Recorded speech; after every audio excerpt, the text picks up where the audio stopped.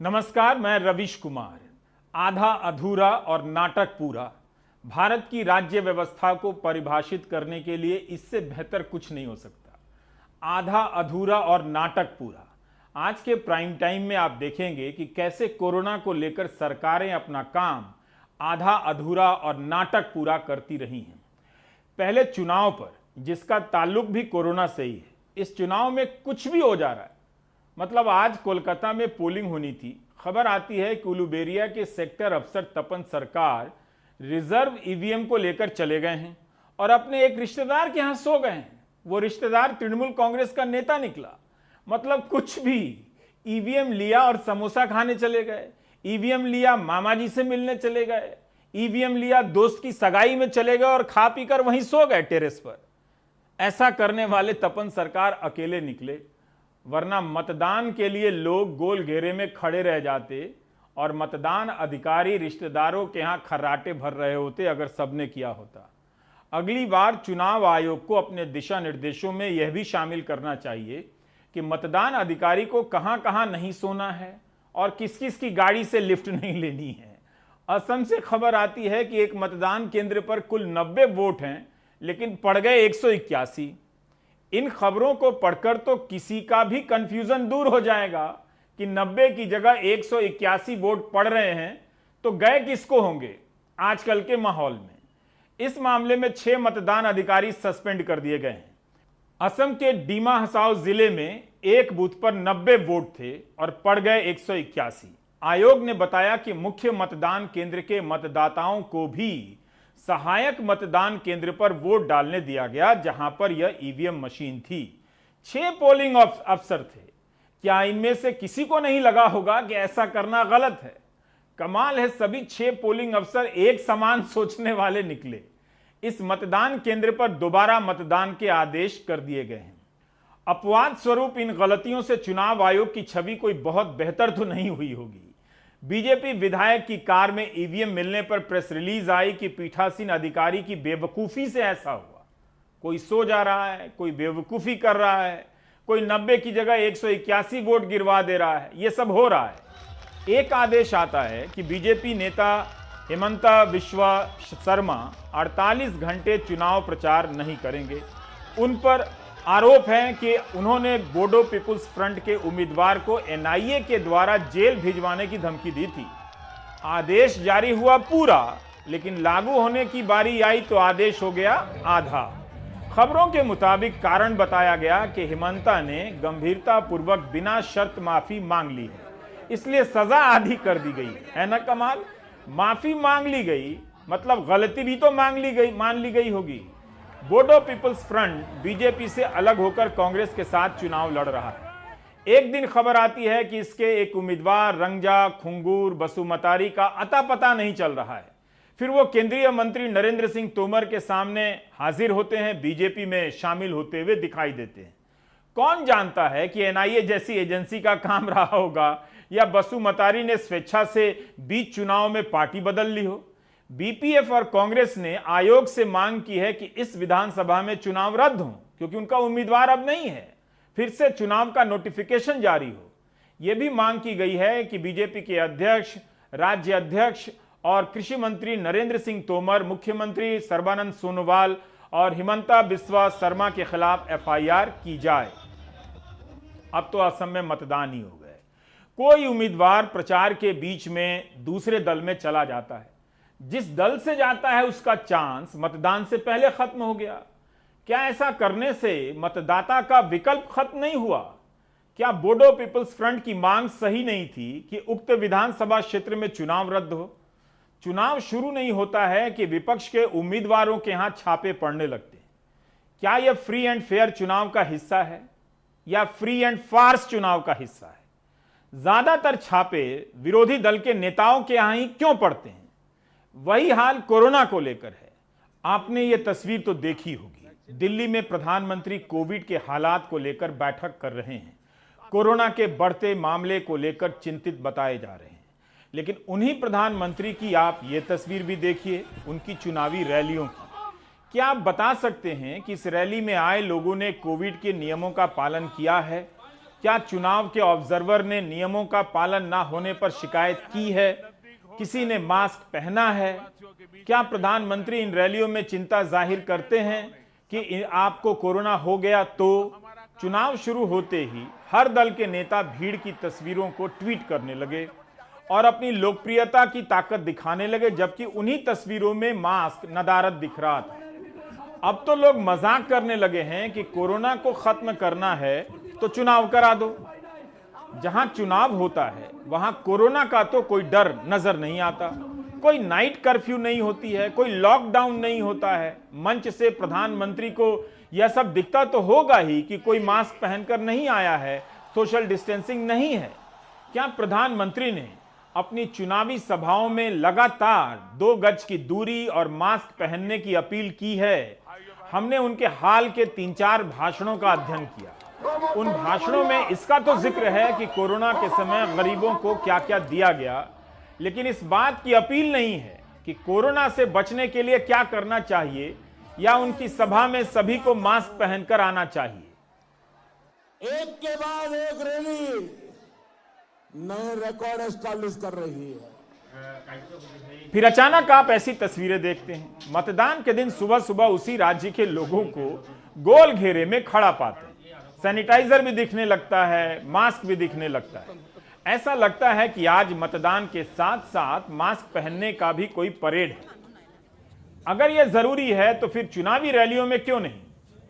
इन्हीं लोगों में नियमों को लेकर क्या श्रद्धा होगी जो यह देखते रहे कि दिनों तक, हफ्तों तक रैलियों और प्रचारों में कोविड के नियमों का कुछ भी पालन नहीं हो रहा है, लेकिन मतदान के दिन सबसे सावधान और विश्राम कराया जा रहा है।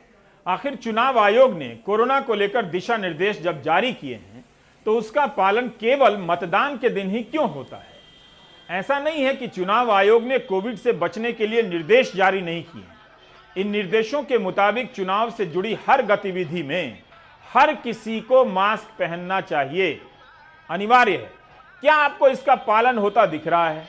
नियम तो यह भी है कि सभाओं में लोगों को आने के लिए जिले के निर्वाचन अधिकारी को ऐसे ग्राउंड का चयन करना होगा जिसके एंट्री और एग्जिट के द्वार स्पष्ट हों, ऐसे चिन्ह बना दिए जाएं जिनसे सोशल डिस्टेंसिंग का पालन हो। पार्टी और उम्मीदवार पर इस बात की जिम्मेदारी होगी कि कोविड से संबंधित सभी नियमों का पालन किया जाए। आप इन तस्वीरों को देखकर बताइए कि क्या इनका पालन यहां हो रहा है, हुआ है, हो सकता है। एक निर्देश है कि रोड शो के लिए गाड़ियों के काफिले को हर 5 गाड़ियों के बाद तोड़ा जाएगा। 2 काफिले के बीच काफी दूरी हो, यह भी लिखा है। यह तो गृह मंत्री अमित शाह के रोड शो की तस्वीरें हैं, नंदीग्राम की। क्या आपको इस भीड़ में ऐसा होता हुआ कुछ भी दिखाई देता है?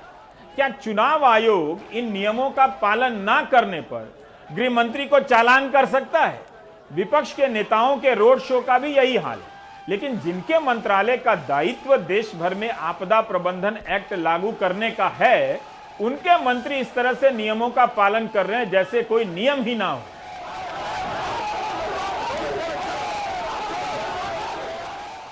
चुनाव आयोग के निर्देशों में तो यह भी लिखा है कि कोविड के नियमों का पालन ना करने पर आपदा प्रबंधन कानून के आर्टिकल 51 से 60 के तहत सजा होगी।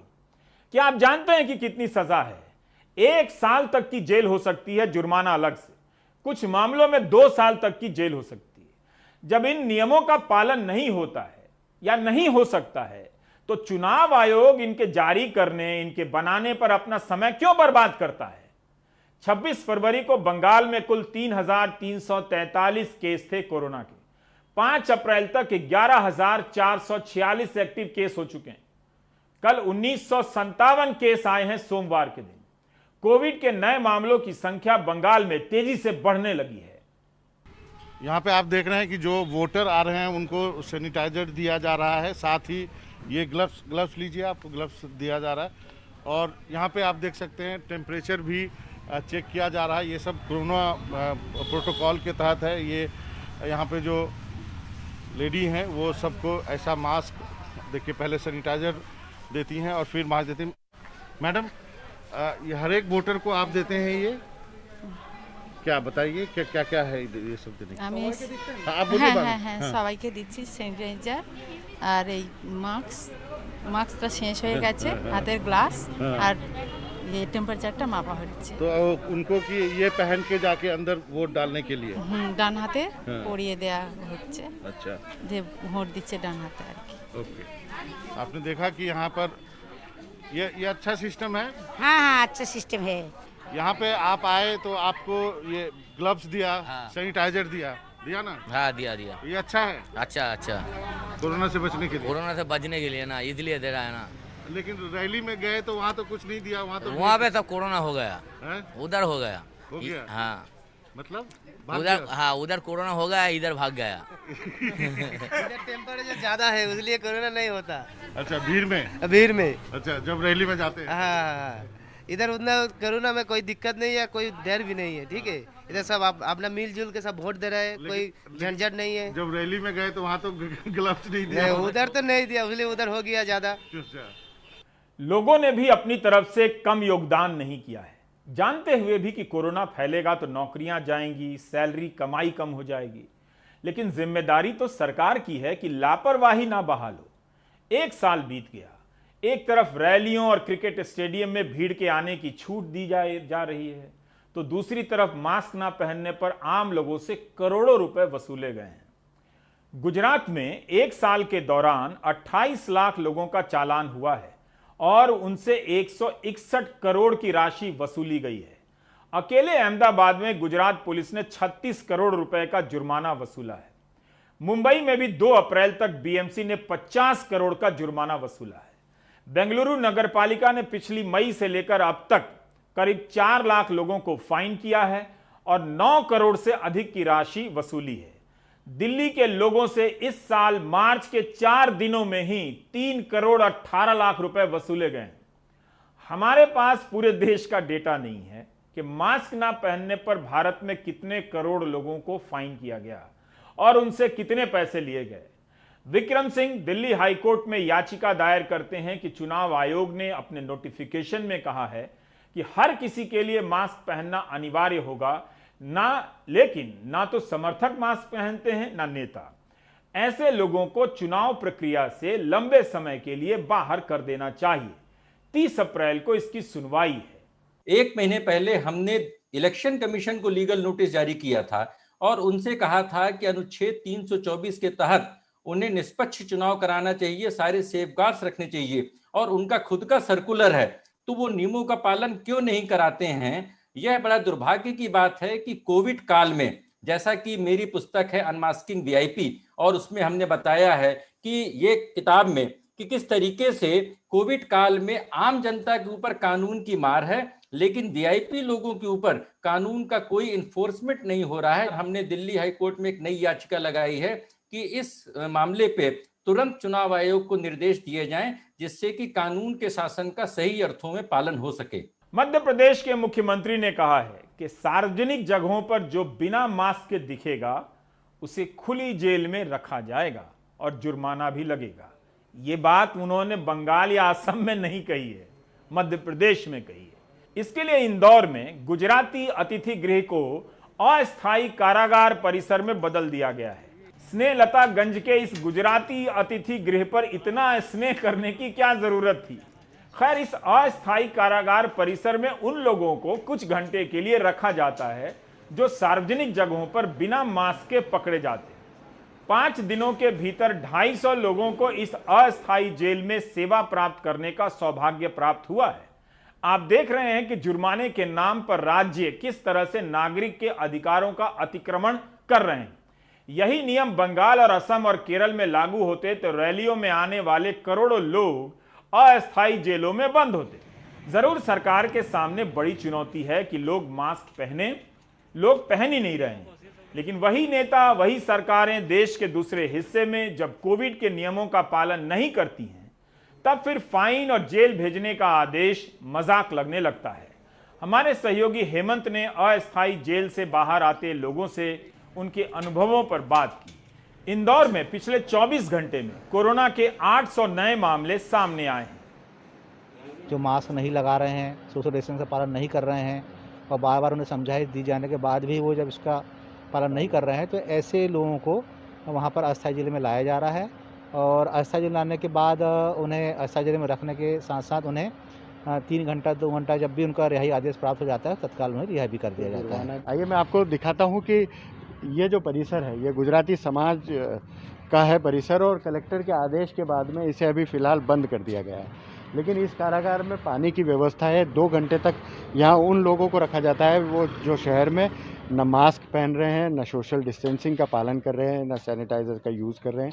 इस तरह के लोगों को पकड़कर यहाँ 2 घंटे के लिए कारागार में बंद किया जाता है।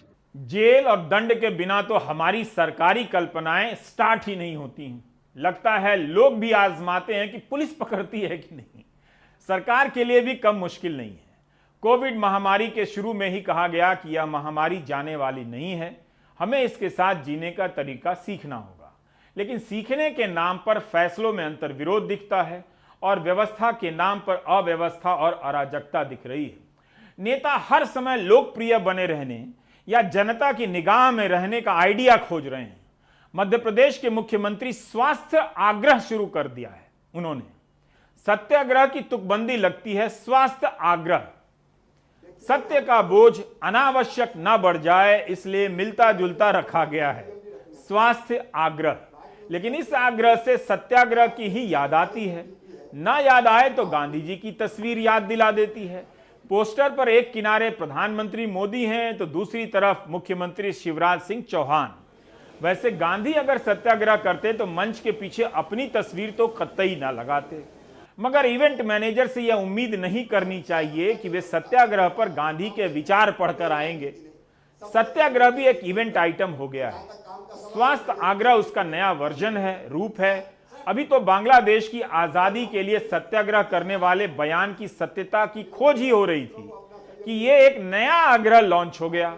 1 साल पहले से सरकार मास्क को लेकर सक्रिय रहती तो स्वास्थ्य सत्याग्रह पर बैठने के लिए टाइम नहीं निकालना पड़ता। मध्य प्रदेश में जब उपचुनाव हुए तो आपने देखा कि कितनी रिपोर्ट आई कि रैलियों में समर्थक और नेता मास्क पहनने और 2 गज की दूरी के नियमों की धज्जियां उड़ाते नजर आए।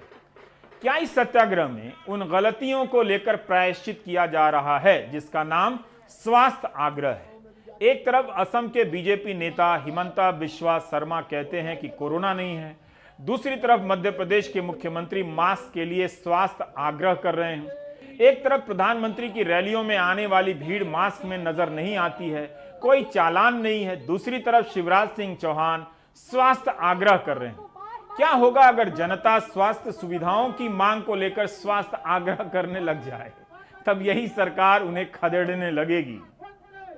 मध्य प्रदेश के मुख्यमंत्री शिवराज सिंह चौहान स्वास्थ्य आग्रह पर इस मंच पर बैठे हुए थे और अभी वो कैबिनेट की बैठक के लिए और बाकी तमाम चीज़ों के लिए जाएंगे। 24 घंटे का स्वास्थ्य आग्रह उन्होंने इस मंच से रखा है। कोशिश यही है कि लोगों के बीच में मास्क, इसकी उन्होंने एक नई परिभाषा दी, मेरी आपकी सुरक्षा कवच, मेरा आपका सुरक्षा कवच मास्क। और 2 दिनों पहले उन्होंने अपनी पत्नी को भी मास्क पहनाया था। तो इस तरह से प्रतीकों के ज़रिए कोशिश की जा रही है कि कोरोना को लेकर, उसके जो प्रोटोकॉल को लेकर लोगों के बीच पालन करवाना है। मध्य प्रदेश ने ये भी ऐलान किया था कि जो है जुर्माना लगाया जाएगा जो लोग मास्क नहीं पहनते या उनको खुली जेल में रखा जाएगा। तो लगभग पिछले कुछ दिनों का अगर आंकड़ा देखें तो 1,60,000 के आसपास लोगों से 1,85,00,000 रुपए की रकम जो है मास्क नहीं पहनने पर जुर्माने की वजह से वसूला गया है। उनको खुली जेल में रखने का प्रावधान भी है, लेकिन इसके आंकड़े अभी मिल नहीं पाए हैं। लेकिन साफ तौर पर आप देखें तो मध्य प्रदेश में इस तरह के प्रतीक जहां एक ओर चल रहे हैं वहीं उपचुनाव हुए और इन्हीं नेताओं मंत्रियों ने जमकर धज्जियां उड़ाई। जो शिवराज सिंह चौहान के कैबिनेट सहयोगी भी हैं, अक्सर कई मंत्री आपको दिख जाएंगे जो मास्क नहीं पहनते हैं। कोरोना प्रोटोकॉल का उल्लंघन चुनाव के वक्त में बार बार किया गया है और यही वजह है कि मध्य प्रदेश अब एक एक पायदान बढ़ता जा रहा है देश में जो कोरोना के मामले हैं और अब लगभग 7वें नंबर पर पहुंच गया। पिछले कुछ दिनों से लगातार 3,000 से ज़्यादा मामले आ रहे हैं। भारत भर में कोविड की संख्या तेजी से बढ़ रही है। हर दिन 1 लाख से अधिक मामले आ रहे हैं। अब तो मरने वालों की संख्या भी तेजी से बढ़ने लगी है। पिछले 24 घंटे में 446 लोगों की मौत हुई। लोगों की आर्थिक जिंदगी तबाह हो रही है, रोजगार खत्म हो रहे हैं। अमेरिका तो है नहीं भारत कि सरकार लोगों के खाते में 1 लाख रुपए, 2 लाख रुपए डाल दे। यहां जिनकी नौकरी गई है उन्हें किसी प्रकार की मदद नहीं दी गई है और ना ही लोगों ने मांगा है, यह भी सच है।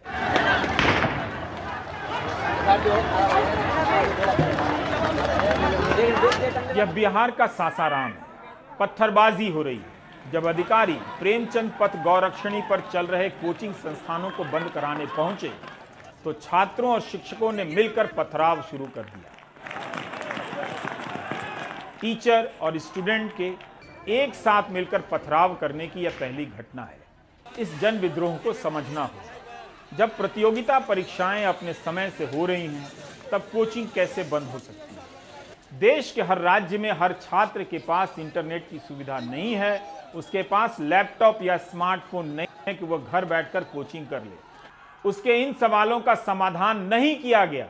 लोगों को फ्री वाईफाई भी नहीं दिया गया, बस बंद के आदेश जारी कर उसके हाल पर छोड़ दिया गया। बिहार सरकार ने कोविड-19 को लेकर 12 अप्रैल तक के लिए स्कूल, कॉलेज और कोचिंग संस्थान बंद कर दिया है।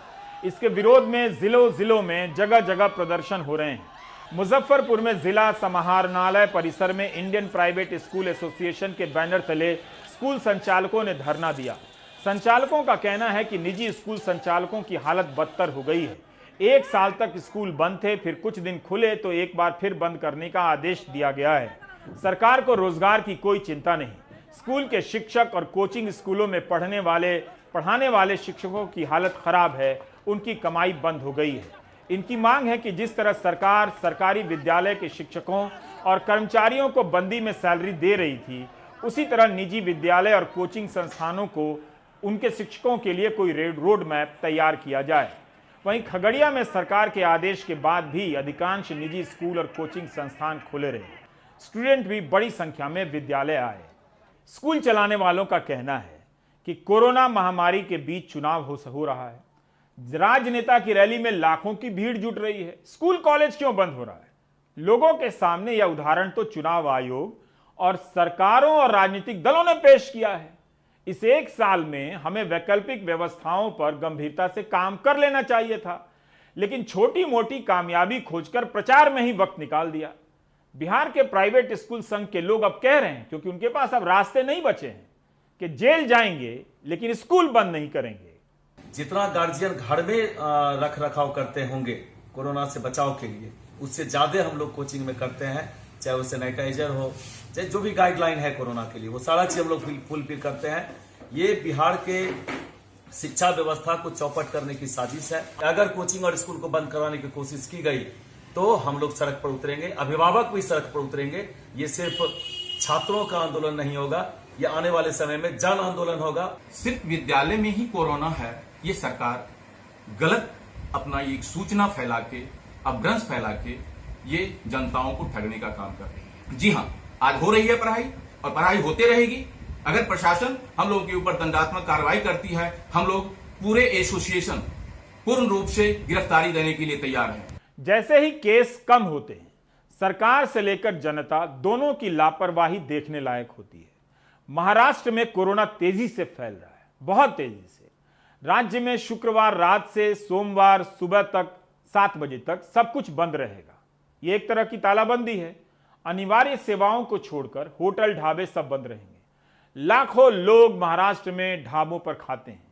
शनिवार रविवार को ढाबे बंद रहेंगे तो मजदूर खाएंगे क्या? इस तरह के फैसले लिए जा रहे हैं। सोहित मिश्र ने भिवंडी जाकर पावरलूम सेक्टर में काम कर रहे मजदूरों, कारीगरों से बात की है। गांव यहाँ भूखा नहीं मरूंगा, अगर चलेगा तो चलाऊंगा, नहीं चलेगा तो भूखा नहीं मरूंगा, गांव चला जाऊंगा, क्या करूंगा? और गांव में भी उतनी औकात नहीं है कि मेरे बैठ कर खा सकते हैं। अब इस बार भी हम लोग यही सोच रहे हैं, अगर ऐसा कुछ हुआ तो हम लोग पहले ही से जाने का प्लान बना रहे हैं। हमारे जितने गांव वाले हम लोग सबको बोले भैया चलने के लिए तैयारी रखो। मुंबई से सटे भिवंडी इलाके की पावरलूम मिलों में करीब 6.5 लाख मजदूर काम करते हैं। पिछले साल हुए लॉकडाउन में बड़े पैमाने पर इन मजदूरों ने अपने गाँवों कस्बों की ओर पलायन किया था। महाराष्ट्र में एक बार फिर बढ़ते कोरोना मामलों और सरकार की ओर से कठोर नियम और वीकेंड लॉकडाउन किए जाने के बाद इनमें से कई मजदूर एक बार फिर अपने गांवों कस्बों की ओर लौटने की योजना बना रहे हैं। जीतलाल विश्वकर्मा पिछले साल अपने परिवार के साथ ट्रक के जरिए गांव पहुंचे थे। मेरा खुद का घर था, वो भी बेच दिया लॉकडाउन के में, तो कर्जीदार बहुत ज़्यादा हो गया तो क्या कर बेच के मैं भाड़े पर रह रहा हूँ। जो लॉकडाउन हो गया तो क्या करेंगे, फिर भागना पड़ेगा। 3 दिन का लॉकडाउन हो गया, आदमी खाने पीना मरेगा तो क्या करेंगे, बच्चे लोग कहाँ पालेंगे। मिल में ही काम करने वाले इसरार अंसारी ने लॉकडाउन लगने के डर से पिछले हफ्ते ही लखनऊ का टिकट निकाल लिया और बुधवार को वो ट्रेन से अपने 4 साथियों के साथ गांव जा रहे हैं। तो वही तो जो है सुनाई दे रहा है कि लॉकडाउन लगने वाला है, तो आदमी एक कमज़ोर आदमी जो है वो डर से या तो गांव जाएगा जब यहाँ कोई चारा है नहीं, जैसे जो रोजी रोटी है जो बंद हो जाएगा, जब पेट के यहाँ काम रहेगा तभी तो हमको रखेगा। भिवंडी में काम करने वाले लाखों मजदूर अपने परिवारों से दूर रहते हैं और कई तो पावरलूम मिलों में ही रहते हैं। इनमें से अधिकांश लोग बीसी में खाना खाते हैं, जो एक तरह का छोटा ढाबा है।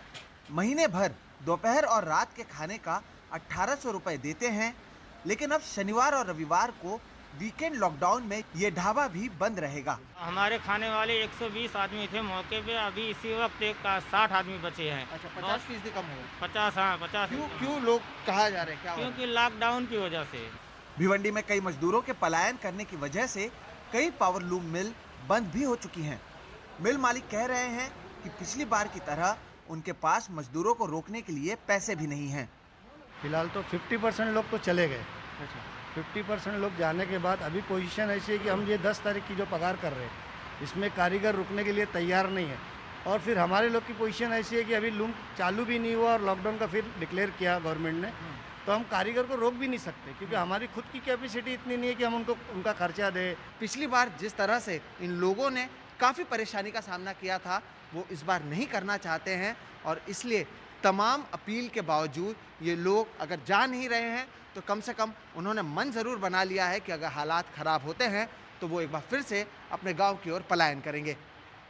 भिवंडी से कैमरा पर्सन प्रवीण चिरोहित के साथ सोहित मिश्रा, एनडीटीवी इंडिया। इस बार तालाबंदी धड़ाम से नहीं आई है। कुछ दिन और दिन के कुछ हिस्सों को बंद रखा जा रहा है। दिल्ली में 30 अप्रैल तक के लिए नाइट कर्फ्यू लगा दी गई है, रात 10 बजे से लेकर सुबह 5 बजे तक। 10 बजे रात 10 बजे के बाद हर किसी को बाहर घूमने की इजाजत नहीं होगी। इसका मतलब यह हुआ कि होटल इंडस्ट्री को फिर झटका लगेगा। अब कोई ग्राहक 7 बजे तो जाएगा नहीं और फिर 8 साढ़े 8 में खाकर निकलेगा नहीं कि 10 बजे से पहले घर पहुंचना है, तो जाहिर है रेस्तरां मालिकों को परेशानी होगी। सर हमारा तो इन लोगों ने बिज़नेस, हमारे लिए नाइट कर्फ्यू नहीं है, लॉकडाउन ही है, क्योंकि हमारा जो बिज़नेस है वो रात का बिज़नेस है। अपने अपने घर पहुंचना होगा तो 9 बजे तो रेस्टोरेंट बढ़ाना पड़ेगा। अब 9 बजे रेस्टोरेंट बढ़ाने के लिए मेरे को 8 बजे लास्ट ऑर्डर लेना होगा। 8 बजे किसका लास्ट ऑर्डर लूँगा जब लोग ही नहीं आएंगे? तो लोग अपने अपनी दुकानों से ही 8 बजे निकलते हैं। 10 बजे नाइट कर्फ्यू लगने से 9 बजे तक सारे शो वाइंड अप करना पड़ेगा कि लोग भी हम चाहते हैं हमारे एम्प्लॉयज़ सेफली घर तक पहुंच जाएं। तो फुटफॉल पे तो काफ़ी असर आएगा, रिटेल कस्टमर का सेंटिमेंट भी हिट होगा। अनिवार्य सरकारी सेवाओं से जुड़े लोगों को नाइट कर्फ्यू से बाहर रखा गया है। एयरपोर्ट और स्टेशन जाने वाले टिकट दिखाकर जा सकते हैं, उन्हें एयरपोर्ट से लाने वाले भी उसी टिकट को दिखाकर जा सकेंगे, ये स्पष्ट नहीं है। अन्य राज्यों से आ रहे जरूरी और गैर जरूरी सामानों के आवागमन पर पाबंदी नहीं रहेगी। इनके लिए किसी तरह का ई पास जरूरी नहीं है, लेकिन कुछ लोगों के लिए जरूरी है। उन्हें ई पास की सॉफ्ट या हार्ड कॉपी रखनी होगी, जैसे राशन, किराना, फल सब्जी, दूध, मीट, मछली, पशुओं के खाने की दुकानें, दवा दुकानें वगैरह वगैरह। बैंक, इंश्योरेंस ऑफिस, एटीएम वालों को, प्रिंट और इलेक्ट्रॉनिक मीडिया वालों को, इंटरनेट सर्विस, आईटी ब्रॉडकास्टिंग और केबल से जुड़े लोगों और खाने और दवा जैसी सभी जरूरी सामानों की ई कॉमर्स डिलीवरी करने वालों के लिए जरूरी है। पेट्रोल पंप, एलपीजी, सीएनजी और इसके रिटेल आउटलेट के लिए भी जरूरी है। प्राइवेट सिक्योरिटी सर्विस के लिए भी जरूरी है। मैन्युफैक्चरिंग यूनिट के लोगों के लिए भी जरूरी है। विस्तार से जानने के लिए आप दिल्ली सरकार की वेबसाइट www.delhi.gov.in पर जाइए और पास के लिए आवेदन कीजिए। कहा गया है कि निर्देशों का पालन जो नहीं करेगा उनके खिलाफ डीडीएमए एक्ट के तहत कार्रवाई की जाएगी। कोरोना से 1,66,000 से अधिक लोगों की मौत हो गई है। आप इसे न तब हल्के में ले सकते थे, न अब ले सकते हैं। ब्रेक के बाद महाराष्ट्र में ऑक्सीजन सिलेंडर से लेकर अस्पतालों में बेड की कमी की खबरें आने लगी हैं। पिछले साल यह बात 1 लाख बार कही गई कि कोरोना से लड़ाई एक दिन की नहीं है। इसके लिए हमें आसपास स्वास्थ्य सेवाओं को बेहतर करना होगा। आप ऑडिट कीजिए कि आपके आसपास के सरकारी अस्पतालों को कितना बेहतर किया गया है। यह संकट बता रहा है कि हमारी तैयारी अस्थायी ही साबित हो रही है। नागपुर से खबर है कि एक ही बिस्तर पर कोविड के 2 मरीज हैं। मुंबई में 92% आईसीयू बेड भर चुके हैं। पूजा साल भर कोविड से जुड़ी रिपोर्ट करती रही हैं। आज भी उनकी ये रिपोर्ट देखिए। जब कोई अपना मौत से जंग लड़ रहा हो तो सोशल डिस्टेंसिंग की फिक्र भी हवा हो जाती है। नासिक जिले में दिख रही ये लंबी कतार कोरोना के इलाज की जीवन रक्षक दवा रेमडेसिविर के लिए है। स्टॉक खत्म है और लोग खफा बोलते जिनके पास फॉर्म है वो भी घर पे जाओ, इंजेक्शन का स्टॉक खत्म हो गया, इंजेक्शन नहीं मिलेंगे। ऐसा अगर हो रहा है तो सब देखना चाहिए। अभी बहुत तकलीफ में हम सुबह 9:30 बजे से खड़े, आप टेम्परेचर देख सकते हैं, पूरा डिहाइड्रेशन हो रहा है हमें सबको। 5 दिनों से 4000 पार मामले देख रहे नासिक के प्राइवेट सरकारी अस्पताल तेज रफ्तार से भर रहे हैं। स्वास्थ्य मंत्री कहते हैं लोग इंतजार कर अपनी हालत और बिगाड़ रहे हैं। जो लोग अभी ऑक्सीजन या आईसीयू में हैं, अधिकांश लोगों ने 5-7 दिन अपना ज़ाया किया। टाइम पर टेस्ट और दवा शुरू नहीं की, इसलिए हालात बिगड़ी।